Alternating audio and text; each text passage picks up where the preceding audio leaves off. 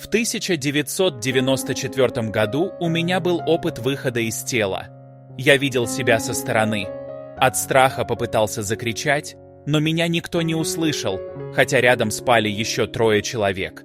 Моя душа казалась легкой, и мне казалось, что если подует ветер, я улечу. Я решил вернуться в свое тело, наклонился, попытался снова в него лечь, и получилось. Когда я резко встал, было ощущение, будто поднимаю тяжелый груз. Свое тело. Теперь я понимаю, что тело — это сосуд, а душа существует отдельно. Я не знаю, почему это произошло. Я просто спал. Я не выходил из тела намеренно, не было ни аварии, ни каких-либо предпосылок. Я даже не знал и не думал об этом. Когда я увидел себя со стороны, я находился в глубоком сне. Моя бабушка ушла из жизни много лет назад. Однажды я осталась одна с дедом дома. Он дремал на диване, пока я смотрела телевизор. Вдруг я услышала, как дед начал разговаривать с кем-то, вести диалог. «Как ты? Как там?» и так далее. Сначала я подумала, что он бормочет во сне, но потом он начал рассказывать, как сгорел дом и как он спасся с моим двоюродным братом. Пожар случился год назад. Это меня насторожило и спросила: «Дед, что происходит?» Он посмотрел на меня и сказал: «Ты что, не видишь ее? Это бабушка. Она прямо здесь, сидит рядом со мной», указывая на диван.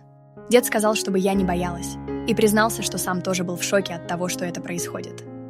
Затем он встал, пошел на кухню, сел и закурил сигарету, погруженный в мысли. Он рассказал, что у нее были круглые карманные часы на цепочке. Она показала ему время и сказала, что время пришло. Она также сказала, что не хочет пугать меня своей смертью и что заберет его в марте. После этого она ушла. На следующий год в марте дедушка ушел. Когда моя мама ушла, меня сильно беспокоило то, что я редко ей звонила, злилась на нее и не показывала свою любовь. В течение 40 дней я чувствовала ее присутствие рядом с собой. Я ощущала ее ладонь на своем лице. Мысленно я говорила ей, почему я расстроена, и что на самом деле всегда очень любила ее и до сих пор люблю. Я чувствовала, что она меня слышит, и позже это подтвердилось знаками. Первый знак был, когда я нашла бутылку с ее именем в аэропорту в Испании. Ее звали Елена. Я не знаю, как такое совпадение могло случиться. Несколько дней спустя я получила пустое сообщение с ее номера.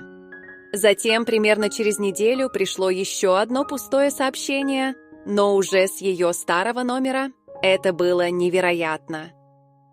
Я почувствовала такое счастье, зная, что теперь мама понимает, как сильно я ее люблю, и что ее душа существует в какой-то другой реальности, которая касается нашего материального мира.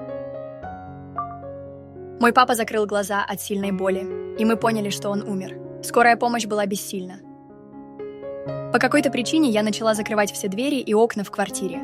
Подбежала к нему и стала шлепать его по щекам, говоря: «Папа, не умирай, открой глаза», и продолжала его шлепать. Через несколько минут он открыл глаза и потом рассказал, что с ним произошло. Он почувствовал такую боль, что его душа поднялась к потолку.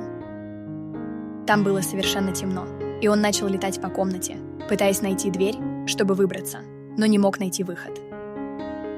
Он слышал все, как люди шлепают его по щекам, как кто-то плачет, как врачи разговаривают, собирая инструменты. Испытав отчаяние, он медленно спустился обратно в свое тело и открыл глаза. Вот такое произошло с моим отцом, и после этого инцидента он прожил еще ровно 40 дней. Когда моя мама умерла, на 2-й день мне приснился сон. Кто-то сказал мне идти за ним, но это был не человек, а некая энергия, и я почувствовал, как меня взяли за руку и понял, что это моя мама. Мы полетели через туннель, он был не очень ярким и не прямым, а извилистым, но там было так спокойно и умиротворенно, а выйдя из туннеля, мы оказались на вершине горы.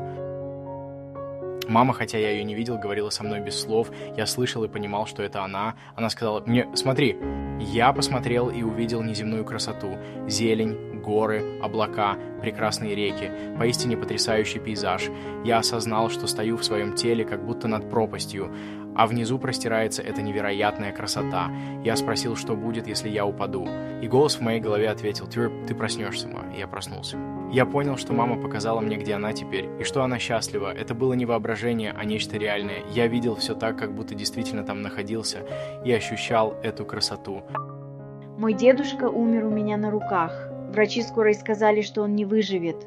Я сидела рядом, разговаривала с ним, читала ему, видела, как он страдает, но понимала, что он держится за жизнь только потому, что я рядом. Рано утром мне пришлось ненадолго отлучиться, чтобы отвезти сына в детский сад. За эти 10 минут дедушка ушел. Я бросилась к нему и сделала ему укол, но это было бесполезно. Позже, когда я вернулась домой, измученная болью потери и бессонными ночами, я заснула и увидел сон. Дедушка подошел, прижал лоб к моему, как в детстве, и весело сказал, что все в порядке. Я проснулась в изумлении, когда умирал мой второй дедушка, я была в другом городе в университете и почувствовала момент его смерти. Я внезапно прервала разговор с друзьями и сказала, что дедушка умер. Я просто знала это, все были потрясены. Позже мама позвонила и подтвердила. Мне было 20 лет, когда мой дядя умер от рака желудка. Мой отец и дядя часто говорили о жизни после смерти, НЛО и так далее.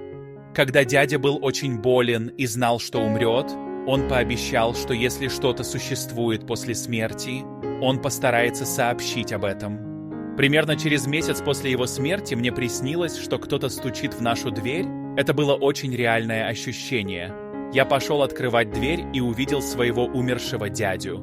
Я испугался, а он сказал мне: «Не бойся, все в порядке, все хорошо. Где папа? Скажи ему, чтобы не переживал. Все хорошо». Увидев, как я испугался, он быстро закрыл дверь и ушел. Я проснулся в слезах в своей комнате и увидел, что мой отец сидит за компьютером в наушниках, смотря видео с дня рождения своего умершего брата, чтобы не разбудить меня. Я позвал его, и у него были слезы на глазах. Я помню, как спросил его, смотрел ли он все это время видео в наушниках, и он ответил «да», чтобы не разбудить меня. Это был странный сон. Я всегда с трудом верила, что жизнь после смерти может существовать. Но в день, когда умер мой младший брат, муж отвез меня в роддом, и я не попрощалась с ним на похоронах. Вскоре он явился ко мне во сне, сидел на скамейке в костюме и в белых носках. Я плакала и обнимала его, спрашивая, почему он сидит там. Он ответил, что родители похоронили его босиком, все играли и танцевали, а он был босиком. Я едва дождалась утра, чтобы спросить у мамы, как это могло случиться. Оказалось, что они забыли надеть ему обувь, потому что все были в шоке от потери. Ему было 15 лет. А когда мой друг перенес диабетический приступ и впал в кому, мы были рядом с ним. Позже он сказал, что слышал музыку, которая звала его, какую-то музыку, которую он никогда не слышал в своей жизни. Но он также слышал, как его мать плакала, прося его вернуться. Он не хотел возвращаться, но ему было жалко мать, и он не пошел за музыкой. Когда он очнулся, он сразу рассказал нам.